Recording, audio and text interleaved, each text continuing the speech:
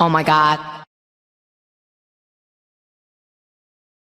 자, 그러면 이런 내용들이 이제 성경에서는 어떻게 한번 얘기되고 있는지를 볼 필요가 있을 것 같아요. 그렇죠. 네, 성경이 그렇죠. 기준이 돼야 되니까. 맞습니다. 이제는 많은 분들이 그렇게 생각 안 하실 텐데, 불과 몇 년 전만 해도 교회 내에서 이제 목사님들이 제사장이다, 일부 큰 메가처치의 목사님들이 이제 주의 종이다, 제사장이다, 막 이렇게 얘기를 하시면서 좀 이렇게 떠들어낸 적이 있어요.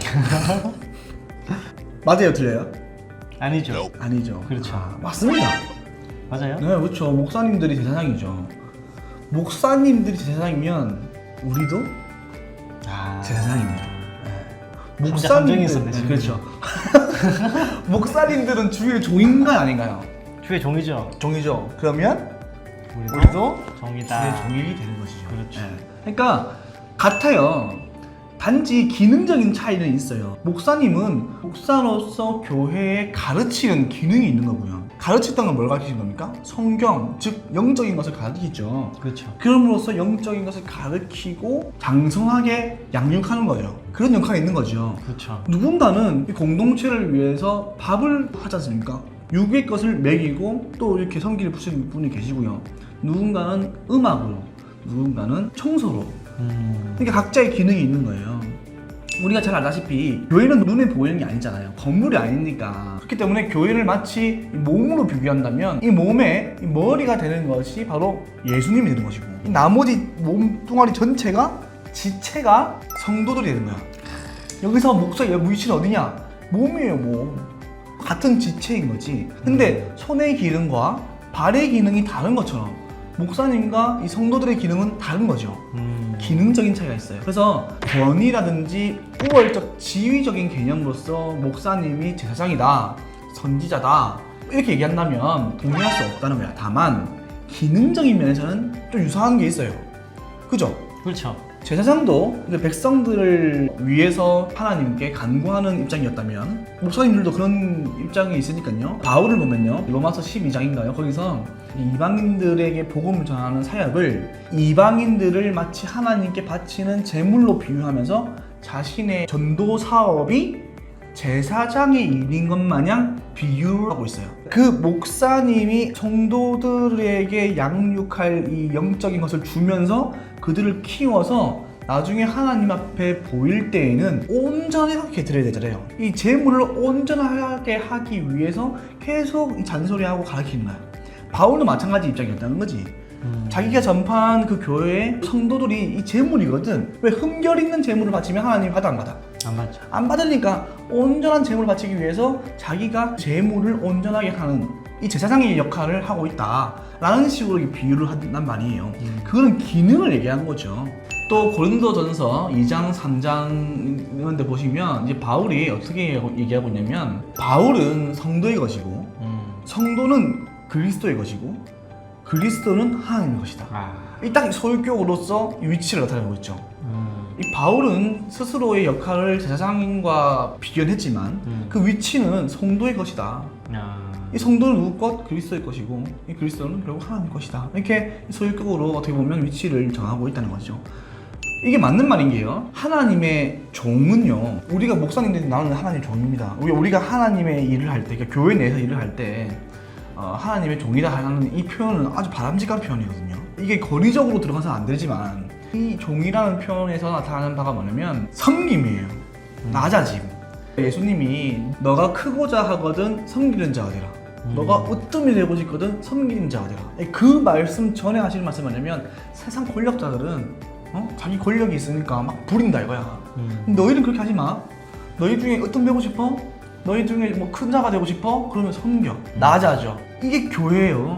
그러네요. 그러면 내가 하나님의 종이야 이렇게 얘기할 수가 없는 거지. 그렇죠. 하나님의 종이라는 것은 겸손을 얘기하고 있다고. 그렇네. 그러면 가장 지극히 작은 자, 교회 내에서 가장 작은 자를 섬기는 자, 그럼 누가 큰 자예요? 당연히 작은 자가 큰 자고, 그걸 섬기는 목사는 더 작은 자가 되는 거지. 그게 하나님 나라에서 큰 자라는 거야. 이 종이라는 표현은 어떤 권력적, 어떤 하나님과 인간 사이의 중재의 역할을 할 수 있는 특별한 계시자가 아니라 섬기는 자, 그것이 바로 교회 내에서 목사의 위치라는 거예요. 그럼에도 불구하고 목사님들이 아니야, 기능적인 차이뿐만 아니라 뭔가 위치적인 서열도 있는 것이야 라고 생각하시는 분들이 있을 수 있는데 사실은 성경에 이미 뚜렷하게 나와 있어요. 그 베드로가 그렇게 얘기하잖아요. 너희는 택하신 족속이요 왕같은 제사장이라. 아, 그 베드로 대사였어요? 네. 아, 처음 알았어요. 네. 이 말씀은 그리스도를 믿는 모든 성도들이 왕 같은 제사장이고 택하신 족속이다 라고 얘기하고 있고, 그 전에도 보면 신령한 제사를 드려라 성도한테, 이미 제사를 드려라 하는 식으로 이렇게 우리를 제사장격으로 얘기하고 있어요. 그리고 바울도 마찬가지로 12장 로마서 11장 1장에 뭐라 얘기합니까? 살아있는 산 제사를 드려라 이렇게 얘기하지 않습니까? 그렇죠. 그러니까 이미 제사라는 개념이 성도들에게 주어지는 거예요. 그때부터 바울과 베드로는 이제 얘기하는 거죠. 모든 자가 그리스도 안에서 평등하다. 그런 걸 얘기하고 있는 것이고, 다만 이 기능적 차이가 나아지는 것이다. 그걸 이어받는 개념이 아까 제가 말씀드렸던 이 마르틴 루터의 만인 제사장설. 루터가 이제 비텐베르크 성당에 95개조 방만문을 붙인 다음에 쓴 책이 독일 귀족들에게 고함이라는 책이에요. 그러니까 독일의 귀족들은 평신도죠. 글을 읽을 수 있는 평신도들한테 책을 쓴 거예요. 뭐라고? 너희가 왕이다. 너희가 제사장이다. 너희가 제사장인데 왜 사제, 신부한테만 의지하느냐? 너희가 직접 성경을 읽고 성경을 해석하고 하나님과 1대1로 만나야 한다. 이렇게 얘기하고 있는 것이죠. 근데 안타까운 부분이 우리 성도들에게 있어요. 지금은 시대가 많이 변했기 때문에 목사님들 사이에서 어깨에 힘주고 다니시는, 진짜 대접받기를 원하시는 분들은 거의 극소수에 달한다고 저는 생각해요. 근데 성도들이 자기가 제사장이라는 것에 대해서 권리는 알고 있는데 이 의무가 있다는 건 몰라요. 제사장한테는요 의무가 있습니다. 뭡니까? 제사를 드리는 거죠. 그렇죠. 지금 같으면 예배를 주관하는 거예요. 우리는 삶 가운데 드리는 이 예배에서 제사장이 되는 겁니다. 즉 우리한테는 권리만 있는 것이 아니라 동시에 의무가 있다는 거예요. 그걸 루터가 말하고 싶었던 거예요. 너희가 성경을 읽어라. 너희가 성경을 공부해라. 너희가 무식하니까, 우리가 바보니까 거짓말을 해도 당하는 거 아니냐. 성도들에게 책임이 있습니다. 우리에게 책임이 있는 거예요. 우리 모두가 제사장인 걸 알고 서로 섬기면서 공부하면서 하나님에 대해서 더욱더 알아가고 나아가는데 책임을 질 수 있는 그런 사람들이 되어야 될 거예요. 또 칼빈도 우리 왜 하이델베르크 요리문답서라고 있지 않습니까? 있어요. 그런 게 있는데 하이델베르크 요리문답서에 보면 요리문답서요? 네, 이 교리집이라고 생각하시면 돼요. 그냥 이런 것도 공부를 해야 돼. 그러니까 장로교인이라면 그렇다는 거지. 다른 교파라면 상관없고 우리가 장로교. 네, 그럼 배워야 돼. 알겠습니다. 뭔가요? 여하튼 거기 보면 삼중직을 얘기해요. 왕, 제사장, 선지자. 이 삼중직이 모든 성도에 있다라고 얘기합니다. 아, 모든 성도에. 그렇지. 이미 칼빈의 교과서에 나와 있어. 성경에도 나와 있죠. 바울도 얘기했고, 베드로도 얘기했죠. 또 루터도 얘기했죠. 칼빈도 얘기했죠. 이미 이 성도와 이 목사 간에 차등이 없다는 것을 얘기하고 있다는 거죠.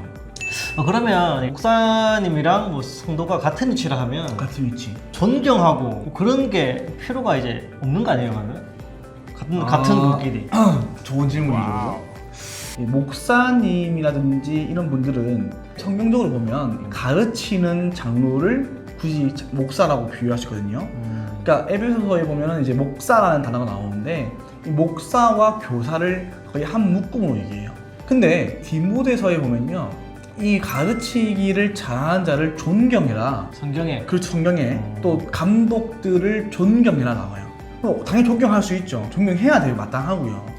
그렇잖아요. 그들의 삶을 할애해서 우리들에게 영적 양식을 주시는 분들이니까 당연히 존경해야지. 근데 그 가르침을 잘할 때 잘 못하면.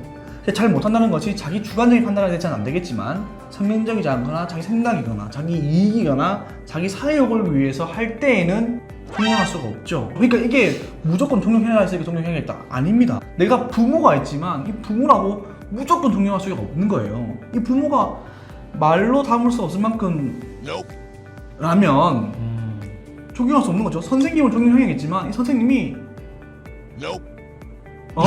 라면 존경할 수 없는 거잖아. 그렇죠, 그렇죠. 그러니까 선생님을 존경하고 부모를 존경해야겠지만 그들의 상태가 존경할 만한가를 봐야 되는 거죠.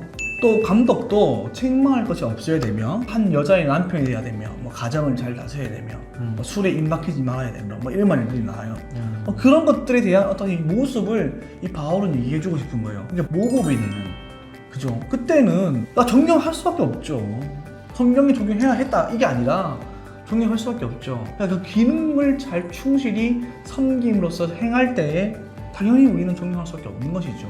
그거를 억지로 권위적으로 야 내가 목사니까 존경해 이거는 예수님이 어떻게 했나요? 내가 너희 선생이다 해놓고 나는 너희를 섬기러 왔다. 또 어른이 제자의 발을 씻겨주는 이런 모습을 삶 가운데 보여주잖아요. 그런 모습들이 목사님에게 있어야 한다는 거죠. 종합해보면 이런 것 같아요. 자기 기능을 정말 잘 이행하시는 목사님은 우리가 공경해야 되는데 그렇죠. 근데 또 다르게 보면 목사님뿐만 아니라 네. 일반 성도 중에서도 그 역할을 충실하시는 분 똑같이 존경하고 맞습니다. 청소 열심히 하시는 분 목사님과 똑같이 존경해야 된다 이런 말씀이시네요. 그렇죠, 그렇죠. 그러니까 목사님들도 우리와 같은 성도이자 동시에 그 기능적인 면에서는 마치 제사장과 같은 기능이 있는 것이니까 우리가 존경할 분들도 존경하고 그렇다고 너무 맹목적으로 추종할 필요는 절대 없고 그런 겁니다. 네. 저도 그러면 우리 성도님들한테 존경받는 그렇게 삶을 사는 게 목표로 살아야겠네요. 그렇죠, 맞습니다. 알겠습니다. 더 낮아지려고 항상 노력하는 그런 오마이갓 식구들이 다 됐으면 좋겠어요. 알겠습니다. 네. 오늘은 여기까지입니다. 여기까지고 하실 말씀이 있으시거나 아니면 뭐 댓글 달아주실 분은 댓글 달아주시기 바랍니다. 네, 제가 목사님에 대한 주제를 잡았는데 사실은 다루지 않은 부분들이 많아요. 네. 궁금해할 것들도 많을 것 같아요. 그러니까 교권이라든지 아직 살아있잖아요. 왜 목사만 그렇죠, 설교를 그렇죠. 할 수 있는가? 그렇죠. 뭐 목사만 뭐 선창시를 할 수 있는가? 이런 거에 대해서는 사실 우리가 논하지 않거든요. 그럼 다음에 하겠습니다. 네. 그런 것들에 대한 것들은 뭐 질문 주셔도 좋고 네. 너무 또 그렇게 다 다뤄버리면 방대해지니까 네. 이런 또 기본적인 것들만 오늘 한번 다루는 시간 되었습니다. 알겠습니다. 인사 마치시죠. 안녕.